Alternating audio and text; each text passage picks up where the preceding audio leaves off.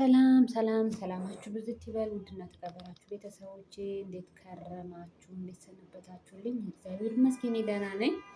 በያላችሁበት ቦታ ሰላማችሁ ብዝት ይበልልኝ። ውድና የተከበራችሁ ቤተሰቦቼ እንዴት አላችሁልኝ? እኔ ያለሁላችሁ እግዚአብሔር የተመሰገነ ሰላም ነኝ። እናንተም ሰላም እንደሆናችሁ ተስፋ አደርጋለሁ። ውድና የተከበራችሁ ቤተሰቦቼ፣ እህቶቼ፣ ወንድሞቼ በያላችሁበት ሀገር እንደ ሰዓት አቆጣጠራችሁ ሰላማችሁ ብዝት ይበልልኝ እላለሁ። ውድና የተከበራችሁ ቤተሰቦቼ፣ ለቤት አዲስ ስለሆናችሁ እንግዲህ ቤተሰብ በመሆን ተቀላቀሉ። ነባሮቹ ደግሞ ያው አብሮነታችን ይቀጥል፣ ተያይዘን እንደግ። ያው እርስ በርስ መተባበር ትልቅ ደረጃ ያደርሳልና እና እንተባበር። የተሻለ ደረጃ ለመድረስ ደግሞ እጅ ለእጅ መያያዝ አስፈላጊ ነገር ነው እላለሁ። እንግዲህ ዛሬ አንድ ነገር ይዤላችሁ መጥቻለሁ። እስከዛሬ ከማቀርበው ለየት ያለ ነው። በነገራችን ላይ ምግብ በተመለከተ ነው። ግን ያው ምግብ የተመለከተ ቢሆንም ያው ለየት ያለ ነገር ነው የማመጣላችሁ። መጀመሪያ የማሳያችሁ ነገር እቺ መጥበሻዬ ናት። መጥበሻ የራሷ ሆነች ስራ አላት። እዚህ ጋር ምስር አለ። ምስር ሲባል በነገራችን ላይ ይሄ አልጫ ወጥ፣ ቀይ ወጥ፣ ሾርባ ብቻ ነው፣ ሌላ ነገር ይሰራበታል። እንግዲህ እሱ መጨረሻ ላይ ታዩታላችሁ። እዚህ ጋር ምስር አለኝ። ምስሬ በደንብ ነው ያጠብኩት። በነገራችን ላይ በደንብ ነጭ በቃ ውሃው ትክክለኛ ንጹህ ውሃ እስከሚወጣ ነው ያጠብኩትኝ። አንደኛ ምስር በደንብ ከታጠበ ለጨጓራ ጠንቅ አይደለም። ምስር ግን ያው ዝም ብለን ነካ ነካ አድርገን የምንሰራ ከሆነ በጣም ለጨጓራ ጠንቅ የሆነ ነገር ቢኖር ምስር ነው። በጣም ንጽህና ይፈልጋል እና በዚያው አጋጣሚ ምስር ስትሰሩ በጣም እጠቡት። ብዙ ጊዜ አይታችሁ ከሆነ ጨጓራ የሚያማችሁ እህቶች ምስር በልታችሁ ጨጓራችሁ የሚያማችሁ ከሆነ ያው በደንብ እንዳልታጠብ ማወቅ አለባችሁ። እኔ አሁን ቤት ውስጥ የተሰራና አንዳንዴ ያው የሆነ ቦታ ላይ የምበላው ምስር አንድ አይደለም። ውጪ ስበላ አንዳንዴ ሰላሜን የማጣት፣ ቤት ውስጥ ግን እንደዚህ ራሴ ስሰራ በጣም ነው ሰላም የማገኘው። ምክንያቱም አይናችሁ እያየ ወይም ራሳቸው የምሰሩት ነገር ያው ንጽህናም ስላለ ለጤናችሁም ስለምትጠነቀቁ ያው በተለይ ጨጓራ ቃር ምናምን ያለባችሁ ራሳችሁ እንዴት አድርጋችሁ መስራት እንዳለባችሁ ስለምታውቁ ትጠነቀቃላችሁ ማለት ነው። እንግዲህ ቀጥታ ወደ እሳት ላይ ወይም ጋዝ ላይ ጥደዋለሁ እና ምስሌ አጥቤ ጥጄዋለሁ።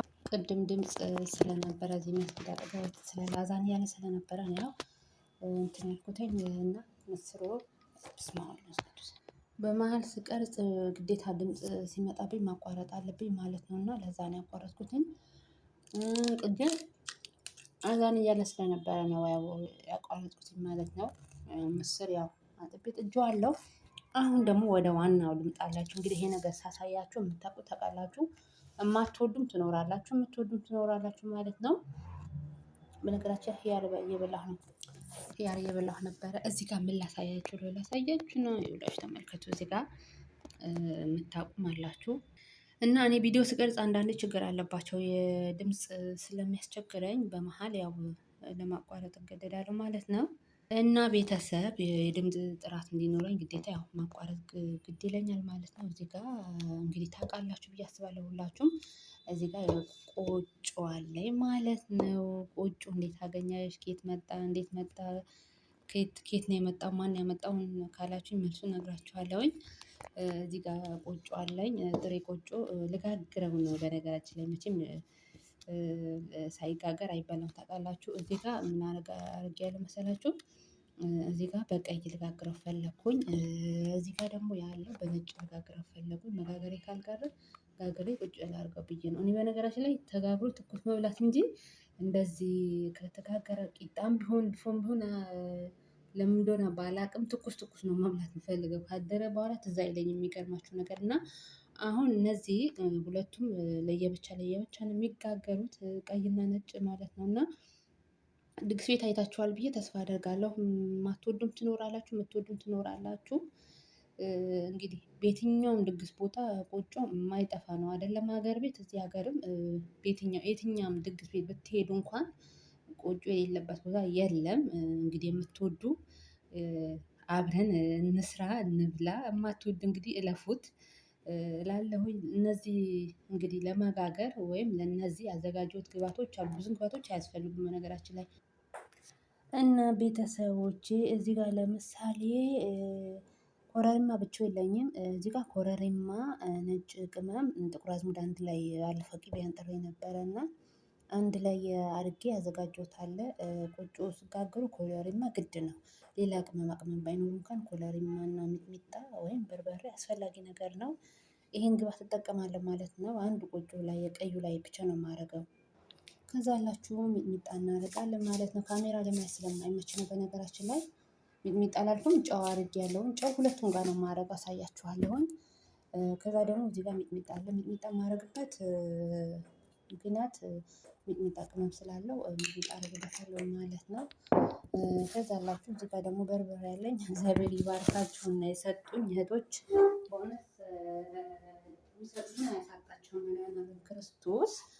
ከዛ በርበሬያችን እዚህ ጋር በርበሬ ትንሽ እናደርጋለን። ሚጥሚጣ ግን አጠይቁኝ። ሚጥሚጣ በኃይለኛ ባለሙያ ነው ያዘጋጀው። በጣም የሚገርም ሚጥሚጣ ነው። ኮረሪማ ራሱ አያስፈልጋችሁም ሚጥሚጣ ራሱ ካለ ማለት ነው። እነዚህ ግብአቶች አድርጌያለሁ። ከዛም በኋላ የሚያስፈልገኝ ነገር መሰላችሁ ዘይት ያስፈልጋል። ኦኬ አሁን በእጅ መያዝ እችላለሁ። ግብአቶቹ ጨምሬ ከጨረስኩኝ አያችሁ እዚህ ጋር ቆጮ ላይ ሚጥሚጣና በርበሬ ጨምሬያለሁ። እዚህ ጋር ቀዩ ላይ ማለት ነው። ዘይት ደግሞ ትንሽ አደርጋለሁ። ዘይት ማድረግበት ያው በመጥበሻ ስለሆነ መጋገር። ይሄ መጥበሻ አያችሁ ምጣድ ነው የሚመስለው በነገራችን ላይ። ግን የራሴ እንጀራ እንደዚህ ቤት ውስጥ አንዳንድ ውጭ መግዛት ካልፈለኩኝ እንጀራ እንጋግርበት ነው። ሁለቱም በዘይት አደረኩኝ። ቆንጆ ለስላሳ የሆነ ቆጮ እንዲወጣ ነው ዘይት ማረገው ማለት ነው። እና እነዚህን አንድ ላይ ሳይሆን ለየብቻ አደባልቀዋለሁ። እና ውዶቼ እስኪ ካሜራ ማስቀመጫ ዛሬ ቅድም ወድቆ ነበረ ስልኬ። ለስንተኛው ዙር መሰላችሁ? ቆጮ የቀይ ቆጮ እንደዚህ እያቦካሁት ነው ማለት ነው። ጓንት አድርጌያለሁ። ያኔ እጄ ንጹህ ነው፣ ታጥቤያለሁ። እንግዲህ ማናችንም ምግብ ስንሰራ መቼም እጃችንን ሳንታጠብ አንሰራም። እንደው ለተመልካቾቼ ደስ እንዲላቸው ብዬ ነው ጓንት ያደረኩት እንጂ እኔ ብዙ ጊዜ በጓንት እንደዚህ አይቀናኝም ማለት በቃ አይፈጥነኝም። እኔ በቃ ቶሎ ቶሎ ምለው በእጅ ነው። ሀታ ራሱ መስኮት ሳጸዳ ምናምን አንዳንዴ ከደበረኝ መስኮት ማጽዳት ሲደብረኝ ወይ አንዳንዴ የሆነ ማልመጥ የሚባል ነገር አለ አይደለ? የዛኔ ካልሆነ በስተቀር ምንም ሳረግ ቶሎ ቶሎ እንዲፈጥነኝ በእጄ ነው እንትን የምለው ማለት ነው። እና ግን ቆጮችን ዛሬ ከስንት ጊዜ በኋላ መጣች፣ እንኳን በደህና መጣች ብዬ የተቀበልኳት በጓንት ነው ማለት ነው። እንግዲህ እንደዛ አድርጌ አፍቼዋለሁ። ብዙ አይፈጅም በነገራችን ላይ ቡኮ እንደ ፉርኖ ዱቄት አይደለም። ይኸውላችሁ ቀዩ ጋግሬ ጨርሻለሁ። ነጩ ግን አልጋገርኩትም። ቀዩ እየጋገርኩኝ ስልክ ገባና በመሀል ያው ሳላሳየው ቀረው። ውይ ሙቀቱ እኮ ብዙ ነገር ያስወራል። ሳላሳያችሁ ቀረሁ ለማለት ነው። እና ነጩ እንደዚህ አድርጌ በእንትን አድርጌዋለሁ። በባት ነው የጠፈጠፍኩትኝ። ኮባ የለም በነገራችን ላይ ግን በሰላጣ ቅጠል አሊያም ደግሞ በጥቅልል ጎመን ቅጠል መጋገር ትችላላችሁ። እኔ ግን ሁሌ የምጋግረው እንደዚህ ነው። ግን ያው ሰኒታ ያጠቁራል።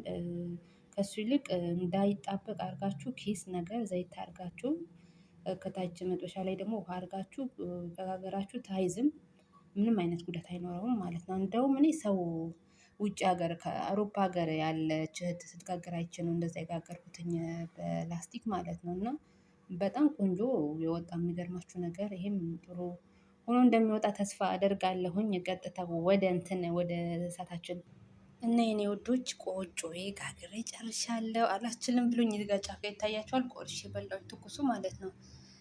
እዚህ ጋር ደግሞ ቀዩ ነው። ቀዩ ቀድሜ እንትን ስላልኩትኝ ቆርጬዋለሁ። እዚህ ጋር ቀዩ ቆጮ አለ ማለት ነው። እዚህ ጋር ነጩ ግን በነገራችን ላይ በጣም ነጩ ቆጮ ነው አንደኛ ደረጃ የሚባለው ቆጮ ታውቀውና እንደዛ ነው።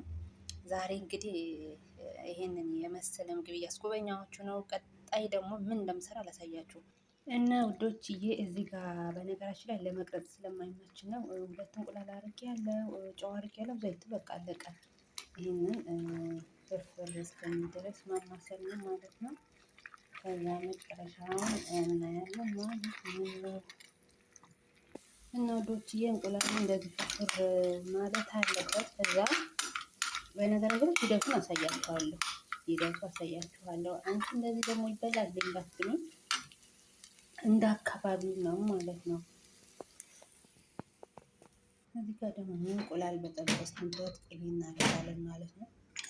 ምንም እቃ ማነካከት አያስፈልግም። እኛ አሁን ምሽትም ስለሆነ ብዙ ነገር አይደለም ሰራው የድሮ ትዝታዎቼ እስኪ ላስታውስ ብዬ ነው። ልጅ ሆኜ የምበላው ነገር ነው በነገራችን ላይ ይሄ አሁን ሳበኝ ወይ እንዳትሉኝ ማለቴ መጨረሻ ላይ አሳያችኋለሁ። አብራራለሁ ነው የሚባለው አይደለ? እና ወዶችዬ ያቀለጥኩት ቅቤ ላይ ሚጥሚጣ አድርጌያለሁ፣ ትንሽ ጨው አድርጌያለሁ። እዚህ ጋር ደግሞ ኮረሪማ እናደርጋለን ማለት ነው።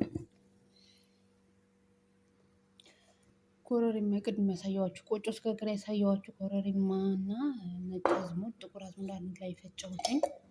እነሱን አድርጌያለሁ እናቀላቅላለን ማለት ነው። ይህ ሌላ ቅመም ነው ማለሽ ከፈለጋችሁ። ይሄ ምንድነው እንዳትሉኝ ቅመም ነው። እንደዚህ እንትን ብሎ ስለቀረ ነው። እነዚህ አንድ ላይ እናማስለዋለን ማለት ነው። አቤት አሁን እዚህ ላይ ክትፎ ቢሰራበት ምን አለ? በተለይ ክትፎ በቆጮ ቢሆን። በነገራችን ላይ እዛ ጋር ከመጣሁ እኔ አላስታውስም።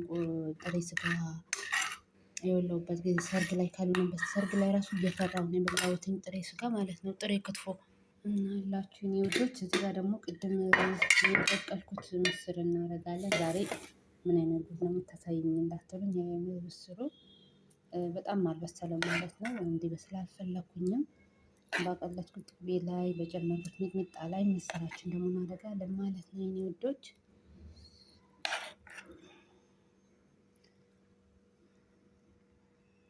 እና የኔ ወዶች በስተመጨረሻም ቅድም ስጋግረው ስቀቅለው ያያችሁት ምስርና እንዲሁም ደግሞ ስጠብሰው ያያችሁት እንቁላል በላችሁ ቆጮ ምን ላይ እንደደረሰ ላሳያችሁ።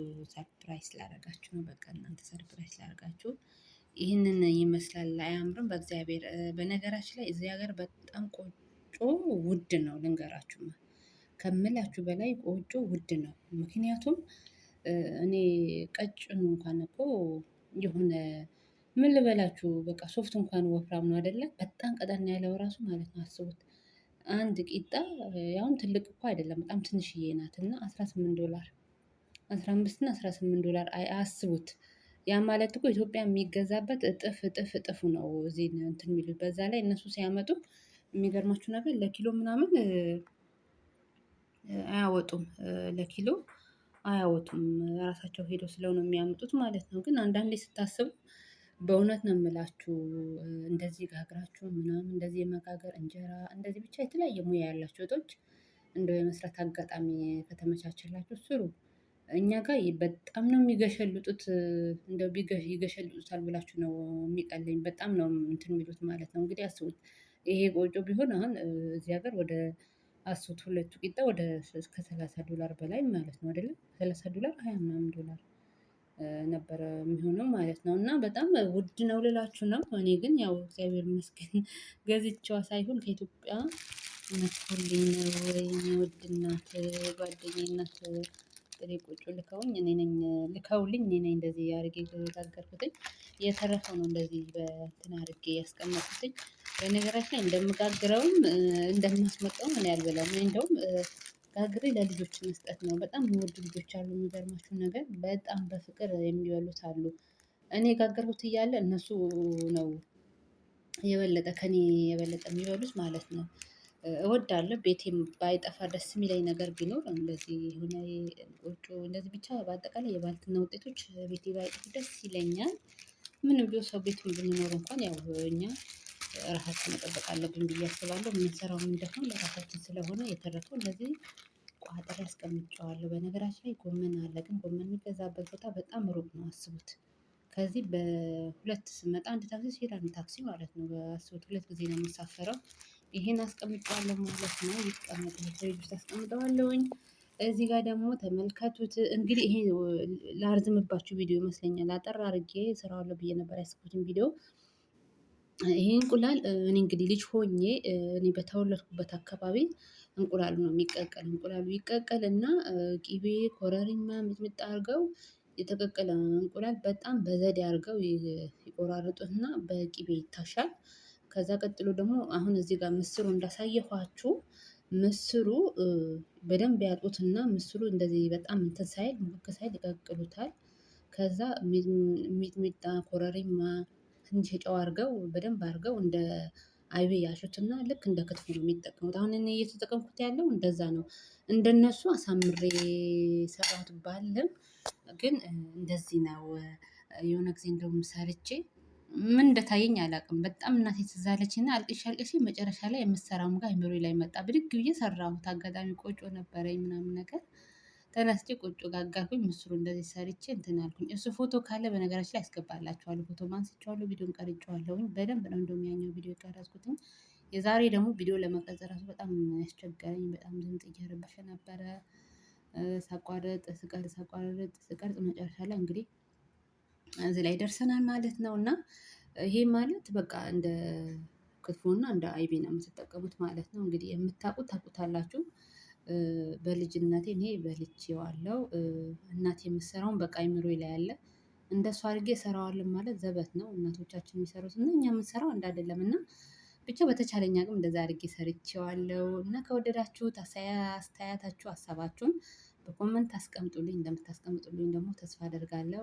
እንዲሁም ደግሞ ቆጮ በነገራችን ላይ ብዙ ቦታ ይገኛል። ቆጮ የማይገኝበት ቦታ የለም ብዬ አልልም። አይደለም ኢትዮጵያ ቀርቶ እዚህ ያለንበት ሀገር ላይ ራሱ በቃ እንደ የቆጮ ሀገር ነው እንደ እስከሚባል ድረስ ነው። በየምግብ ቤቱ ብትገቡ ምናምን ቆጮ አይጠፋም። በየሰርግ ቤቱ እንደነገርኳችሁ መጀመሪያ አይጠፋም ማለት ነው። እና ቤተሰቦች ይሄ ቪዲዮ ከወደዳችሁት እንግዲህ በደንብ ላላብራራው እችላለሁ። እንደነገርኳችሁ ድምጽ እየረበሸኝ ስለነበረ እና የኔ ወርቆች ድምጽ እየረበሸኝ ስለነበረ በደንብ አብራርቼው ላይሆን ይችላል ወይ በደንብ ላላብራራው እችላለሁ። እንግዲህ በኮመንት ግን ሀሳባችሁ አስተያየታችሁ እፈልጋለሁ። ስለምሰጡኝ አስተያየት ከልብ አመሰግናለሁ። ቪዲዮም ስትጀምሩ ደግሞ እስከመጨረሻው አይታችሁ ነው ኮመንት መስጠት ያለባችሁ። ከወደዳችሁት ላይክ ኮመንት አድርጉልኝ። በሚቀጥለው ደግሞ እስከምንገናኝ ድረስ መልካም ጊዜ መልካም ቆይታ። በተቻላችሁ አቅም የምሬን ነው የምላችሁ መስራት የምትችሉ እህቶች ሞክሩት እላለሁ። ይሄ አሁን እንደዚህ ሰርቼ አስቀምጬዋለሁ እንጂ አሁን አልበላውም። ጊዜው ሙቀት እንደመሆኑ መጠን ግዴታ ሻወር መግባት አለብን። ከሻወር በኋላ ደግሞ በቃ እንያያዛለን ማለት ነው ከቆጮዬ ጋር እና በቃ ይሄን ይመስላል። እንግዲህ ሀሳብ አስተያየታችሁን እፈልጋለሁ። በሌላ ቪዲዮ እስከምንገናኝ ድረስ መልካም ቆይታ። ባይ ባይ።